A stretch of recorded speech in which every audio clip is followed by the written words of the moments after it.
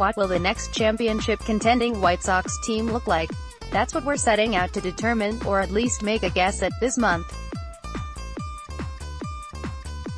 10 members of our White Sox content team here at NBC Sports Chicago put our heads together to try to project what each position on the diamond would look like in 1, 2, 3 years.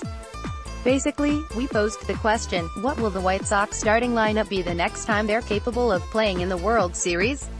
That question can have a bunch of different answers, too.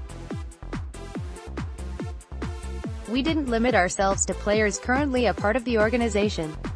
Think the White Sox are gonna make a big free agent addition? Vote for that player. Think the White Sox are gonna pull off a huge trade? Vote for that player. We wanted to see some creativity. A first-round draft pick isn't assured to rocket through the farm system. Jake Burger, the White Sox first-round pick in 2017, hasn't played above Class A Kannapolis, thanks in part to a pair of Achilles tears last year. Zach Collins has spent 2.5 years in the White Sox system after they spent a first-round pick on him in 2016. Carson Fulmer, the first-round pick in 2015, did move quickly through the system, but his long-term major league future is a question mark after he struggled mightily at the big league and AAA levels in 2018. Nick Madrigal might be different. In fewer than 40 games as a pro after the White Sox used the No.4 pick on him last summer, Madrigal played at 3 different levels and showed what made team brass call him the best all-around player in college baseball. It's why he's our second baseman of the future. Madrigal has more than a couple things going for him. He's touted as a Gold Glove-type defender on the middle infield. He doesn't strike out, like at all, doing so just 5 times in 173 minor league plate appearances. He reaches base often, a .353 on-base percentage, and hits for a high average .303 batting average.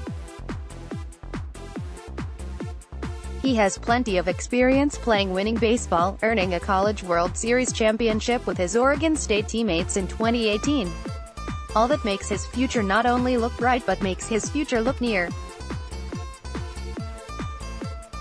The White Sox, of course, aren't putting a timeline on when Madrigal could reach the majors. They don't do that with any of their prized prospects. But Madrigal seems to be on the fast track, whether that's just because he was advanced from playing high-level college ball for so long or because he's just really good. He's likely to play at the AA level in 2019, and if he succeeds there, who knows? Rick Hahn always says the good ones have a way of changing the team's plans.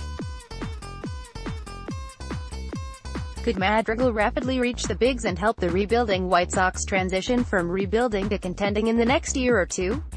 Regardless of when he arrives, the White Sox are obviously high on Madrigal's abilities. The question is which position he'll be playing when he gets to the South Side. The good news for the White Sox is that Madrigal brings versatility on the infield. He spent time at second and short at Oregon State. He almost exclusively played second base in the minors last season. I've worked on different positions throughout my life in the infield, Madrigal said when meeting with reporters in September. When my dad hit me ground balls, I made sure to take them from both sides of the bag, just to make sure I had that in my back pocket.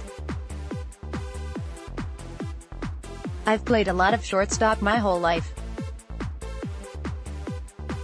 When I was really young I caught, so I feel like I've played almost every position on the field and I feel comfortable doing that. Last time he caught, he was 11, so let's focus on the middle infield. The White Sox are talking about moving current second baseman Yoan Moncada over to third, not necessary because Madrigal is on the way, but that's part of it.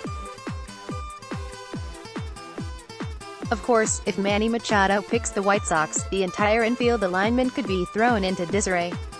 But Madrigal seems to have the stuff to be the second baseman of the future. The question then becomes how quick can he get here? Other vote-getters Yoan Moncada. Moncada is obviously the second baseman of the present, and the guy who isn't too far removed from being the No.1 prospect in baseball is very much a part of the White Sox long-term plans.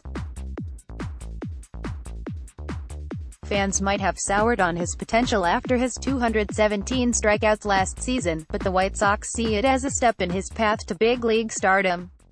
Where that will be, though, is not set in stone. As mentioned, the team has discussed moving him to third base, in part because Madrigal is on the way and could provide an elite glove at second. Moncada made 21 errors at second last season. Should Machado arrive on the south side, however, Moncada might get the opportunity to stay at second. Or he might go to third anyway.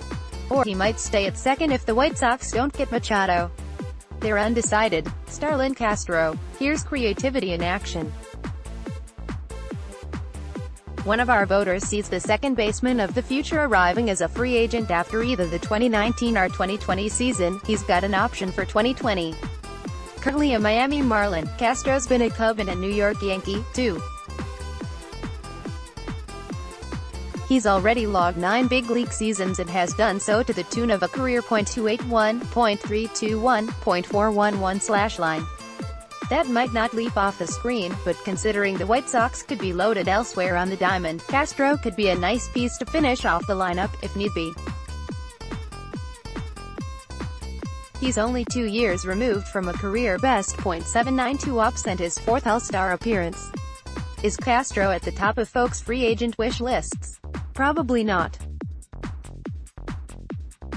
But he certainly could be an under-the-radar move that helps complete a contending roster. Click here to download the new My Teams app by NBC Sports. Receive comprehensive coverage of your teams and stream the White Sox easily on your device.